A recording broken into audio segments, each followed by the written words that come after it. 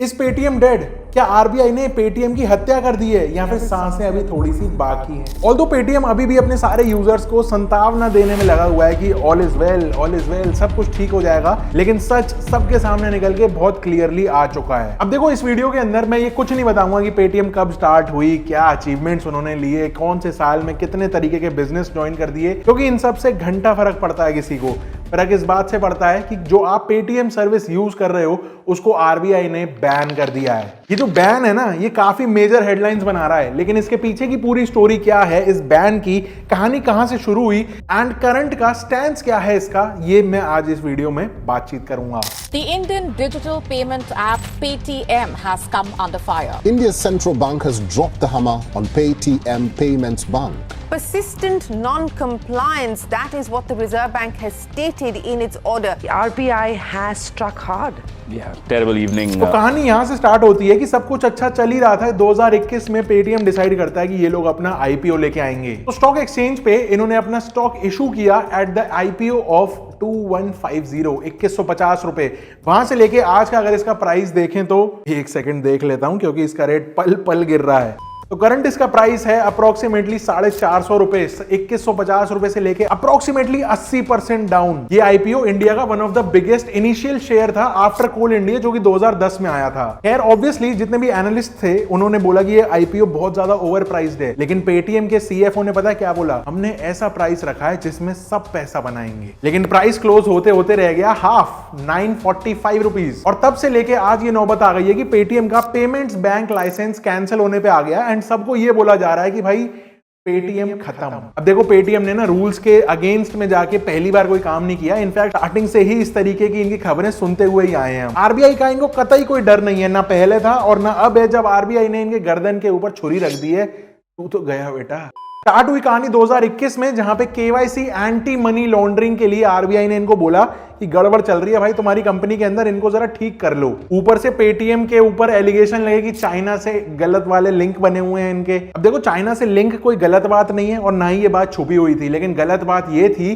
कि इनकी कंपनी के अंदर चाइनीज इन्वेस्टमेंट या स्टेक देखें तो एक टाइम पे मोर देन 30% अकेला चाइना से हो रहा था। इसके लिए आरबीआई ने इनके ऊपर पेनल्टी लगाई और कस्टमर एडिशन पे पूरा स्टॉप लगवा दिया था कि भाई अब तुम एक भी कंज्यूमर नया ऑनबोर्ड नहीं कर सकते। इनको यह भी बताया गया कि इनकी ऑडिट्स के अंदर नॉन कंप्लायंस निकल के आया, लेकिन पेटीएम को क्या फर्क है, इन्होंने कोई ध्यान नहीं दिया आरबीआई की इन सारी गाइडलाइंस के ऊपर। इवन आज की डेट में भी कुछ ऐसे रिस्ट्रिक्शंस हैं जो आरबीआई ने 11 मार्च 2022 से इनके ऊपर लगाए हुए हैं एंड आज भी वो इस कंपनी के ऊपर एप्लीकेबल चल रहे हैं। तो इससे हमको यह समझ में आता है कि आरबीआई वो अकेला सोता हुआ शेर नहीं है जो अचानक से जाग गया एंड इसको अचानक से याद आया कि भाई पेटीएम को पकड़ा जाए। काफी पहले से कहानी चलती हुई आ रही है। ऑल्सो इनको यह भी डायरेक्ट किया गया था फ्रॉम आरबीआई कि एक इनकम टैक्स ऑडिट रिपोर्ट की एक फर्म को हायर करो जो आपकी प्रॉपर ऑडिट्स कर पाए एंड देन उसको सबमिट करो। पेटीएम ने उसको भी इग्नोर कर दिया यार। वैसे एक बात है, पेटीएम को लगा नहीं होगा कि आरबीआई अचानक से इतना बड़ा झटका दे देगा। अब ये एकदम से हिल गए हैं, इनकी अक्ल थोड़ी सी ठिकाने आई है एंड अब ये आरबीआई के आगे हाथ जोड़ेंगे। ठीक है भाई, जितने भी सारे कंप्लायंसेस हैं देख लेंगे, हम समझ लेंगे, कंप्लाई कर लेंगे, लेकिन ठीक है अब ये सब बातें खत्म करो, मिट्टी डालो, ऐसा बोलना चाह रहा है पेटीएम। तो ये जो पूरा पेटीएम का भांडा है ये फूटा कैसे? बेसिकली आरबीआई और ईडी यानी एनफोर्समेंट डायरेक्टरेट, इन्होंने एक पूरी तगड़ी वाली इन्वेस्टिगेशन इनके ऊपर चालू कर दी थी। अब दो रिपोर्ट्स निकल के आई, एक आरबीआई की कॉम्प्रिहेंसिव ऑडिट रिपोर्ट और दूसरी निकल के आई एक्सटर्नल फर्म की ऑडिट रिपोर्ट जो पेटीएम ऑडिट करवा रहा था अपनी ही कंपनी की। अब जब इन दोनों रिपोर्ट्स के अंदर बहुत तगड़ी गड़बड़ियां मिली, तब जाके इनके कान खड़े हो गए कि भाई यहां तो कुछ दाल में काला नहीं है बल्कि पूरी दाल ही काली है। रिपोर्ट्स के अकॉर्डिंग मनी लॉन्ड्रिंग वाले इश्यूज भर भर के निकल के आए हैं पेटीएम के अंदर। ऐसे अकाउंट्स जिनका केवाईसी नहीं हुआ कुछ 100 या 1000 नहीं बल्कि ऐसे लाखों अकाउंट्स निकल के आए हैं। इवन कई हजार तो ऐसे अकाउंट हैं जहां पे एक पेन से मल्टीपल अकाउंट्स चल रहे हैं। मल्टीपल बताऊं कितने? कुछ अकाउंट ऐसे भी निकल के आए जहां एक पेन से 1000 से ज्यादा अकाउंट कनेक्टेड है। पेटीएम को क्या डर है, चल रहा है चलने दो। ऐसा बताया गया कि पेटीएम पेमेंट्स बैंक के पास 35 करोड़ ई वॉलेट्स हैं रजिस्टर्ड, जिसमें से 31 करोड़ डोरमेंट हैं। डोरमेंट मतलब बहुत ज्यादा यूज नहीं हो रहे या कभी पास्ट में 1-2 बार ट्रांजैक्शन हुआ होगा एंड करंटली इनएक्टिव हैं। और बाकी ये 4 करोड़ अकाउंट्स ऐसे हैं जिनका बैलेंस बहुत कम है और रेगुलरली छोटे मोटे ट्रांजैक्शन चलते रहते हैं। अब ये बोला जा रहा है कि ये जो 31 करोड़ डोरमेंट अकाउंट्स हैं, इसमें से बतेरे अकाउंट्स म्यूल अकाउंट्स हो सकते हैं जो बेसिकली इलीगल मनी को इधर से उधर करने में यूज हो रहे हों। अब कंप्लायंस रिपोर्ट जो पेटीएम ने बना के आरबीआई को सबमिट करी वो गलत निकली। मेजर ट्रांजैक्शंस इन्होंने डिस्क्लोज नहीं किए। इवन आरबीआई को गवर्नेंस इश्यूज भी मिले हैं जो कि पेटीएम एंड इनकी पेरेंट कंपनी 197 के बीच में चल रहा है। अब देखो, फाइनेंशियल फ्रॉड्स को इन्वेस्टिगेट करना ये काम ईडी का है, तो उन्होंने यहां से बहुत तगड़ी तरीके से अपनी चाबी कसना स्टार्ट कर दी। पहला ईडी, दूसरा होम मिनिस्टर एंड तीसरा पीएमओ ऑफिस। कोशिश ये की जा रही थी कि पेटीएम की जितनी भी घपलेबाजी है उसके तार कहां तक जुड़े हैं इसका पता लगाया जा सके। अब आते हैं पेटीएम की साइड पे। भाई उनका भी तो कुछ टेक होगा ना इसके ऊपर। तो पेटीएम का कहना है हम किसी भी मनी लॉन्ड्रिंग वाली एक्टिविटी से नहीं जुड़े हुए हैं, हमारे ऊपर बहुत गलत इल्जाम लगाए जा रहे हैं। इवन कुछ लोगों ने तो आरबीआई और फाइनेंस मिनिस्टर को यह भी लिखा कि भाई इस डिसीजन को रिकंसिडर कर लो, कोई लंबी चौड़ी भूल चूक हो गई हो, चेक कर लो एक बार दोबारा। ये बेसिकली आरबीआई को रीअसेसमेंट के लिए सजेस्ट कर रहे हैं कि यहां पे प्रोपोर्शनैलिटी ऑफ रिस्ट्रिक्शंस, यानी पेटीएम के ऊपर कुछ ज्यादा ही जुल्म ढा रहे हो तुम, इतना करना ठीक नहीं है। बाकी कंपनीज के साथ आप ज्यादा कुछ करते नहीं हो। इनडायरेक्टली इनका कहने का मतलब है जितना जुल्म ढा रहे हो उतना पेटीएम ने गलत किया नहीं है। अब इतना कुछ चल ही रहा था कि इनकी जो पेरेंट कंपनी है 197 कम्युनिकेशंस, उनका ये कहना है कि रूमर्स जो हैं वो कंपनी की पोजीशन को खराब कर रहे हैं एंड बहुत जल्दी ये इन रूमर्स का क्लैरिफिकेशन देंगे मीडिया के अंदर कि एक्चुअल में कंपनी क्या कहना चाहती है। एंड गेस व्हाट, दिया ना क्लैरिफिकेशन दिया ओसीएल ने कि भाई इन्होंने फॉरेन एक्सचेंज के रूल्स वायलेट किए हैं, XYZ ऐसे बहुत सारी, ये सब उन इल्जामों को नहीं मानते।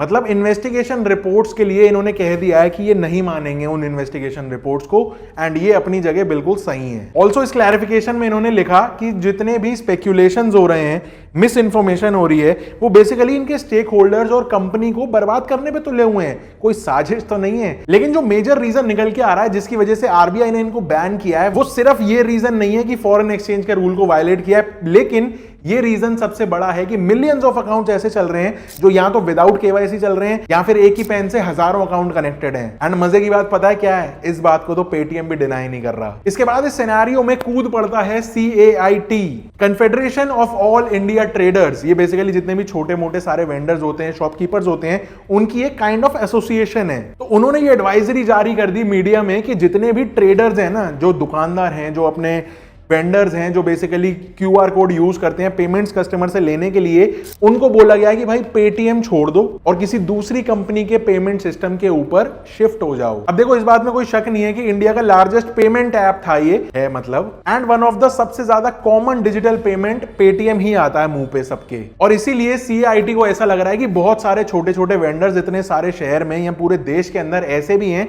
जिनको अभी तक पता ही नहीं चला होगा कि पेटीएम के साथ ये हो क्या रहा है। तो ऐसे में इसलिए ये एडवाइजरी जारी की गई कि भाई पेटीएम छोड़ो और किसी दूसरी ऐप के ऊपर शिफ्ट कर जाओ। गैस कर पा रहे हो कि ये जो पेटीएम का केक कट रहा है, ये सबसे बड़ा शेयर कौन सी कंपनी को मिलेगा?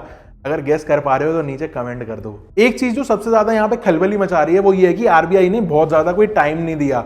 29 फेब बोला गया है, लेकिन हालांकि 29 फेब के बाद भी लोग अपने पैसे विड्रॉ तो कर पाएंगे लेकिन ट्रांसफर किसी को नहीं कर सकते। इन सब के बाद पेटीएम के फाउंडर जो है VSS विजय शेखर शर्मा और हमारे फाइनेंस मिनिस्टर की एक मीटिंग हुई जहां पे VSS ने बहुत सारी बातें रखी कि भाई ये रिपोर्ट्स गलत हैं, मिस्टेक हुआ है, आरबीआई को थोड़ा समझाइए ना, थोड़ी सी सुलह करवाइए ना। लेकिन जो FM है उन्होंने सीधे सीधे अपने हाथ खड़े कर लिए कि भाई इस पूरे केस के अंदर गवर्नमेंट का कोई रोल नहीं है, इसमें आपकी हम कोई मदद नहीं कर सकते।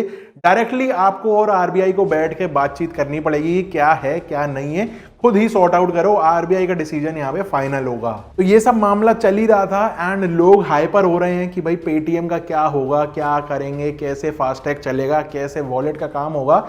इतने में ही एक नई खबर निकल के आती है मार्केट में कि जियो फाइनेंशियल्स टेक ओवर कर रहा है पेटीएम के बिजनेस को। इवन ये भी बोला गया कि जियो फाइनेंशियल और HDFC बैंक ने $150 मिलियन का इनिशियल इन्वेस्टमेंट डालने को बोला है कि भाई हम इसमें हिस्सेदारी ले रहे हैं एंड अपना जो वॉलेट बिजनेस है या जो बैंकिंग वाला जो पूरा सिस्टम है वो हमारे नाम कर दो, मैटर खत्म करो। लेकिन पेटीएम ने क्लैरिफाई कर दिया कि ये सब क्लेम्स गलत हैं और इसी के साथ जियो फाइनेंशियल्स के भी 7% शेयर लुढ़कते हुए नीचे आ गए। जियो ने भी क्लैरिफाई किया कि भाई ये सब स्टेटमेंट गलत है, ऐसा कोई प्रोग्राम नहीं है। एंड आरबीआई ने भी एक स्टेटमेंट दिया कि कोई भी कंपनी पेटीएम वॉलेट के बिजनेस को एक्वायर कर ही नहीं सकती क्योंकि जो पेमेंट्स बैंक का लाइसेंस मिला हुआ है पेटीएम को वो नॉन ट्रांसफरेबल है। तो इससे एक चीज क्लियर हो गई कि कोई दूसरी कंपनी आके इस बिजनेस को तो टेक ओवर नहीं करने वाली। ये लाइसेंस अगर कैंसिल हो रहा है या बैन हो रहा है तो ये तो बंद ही होगा।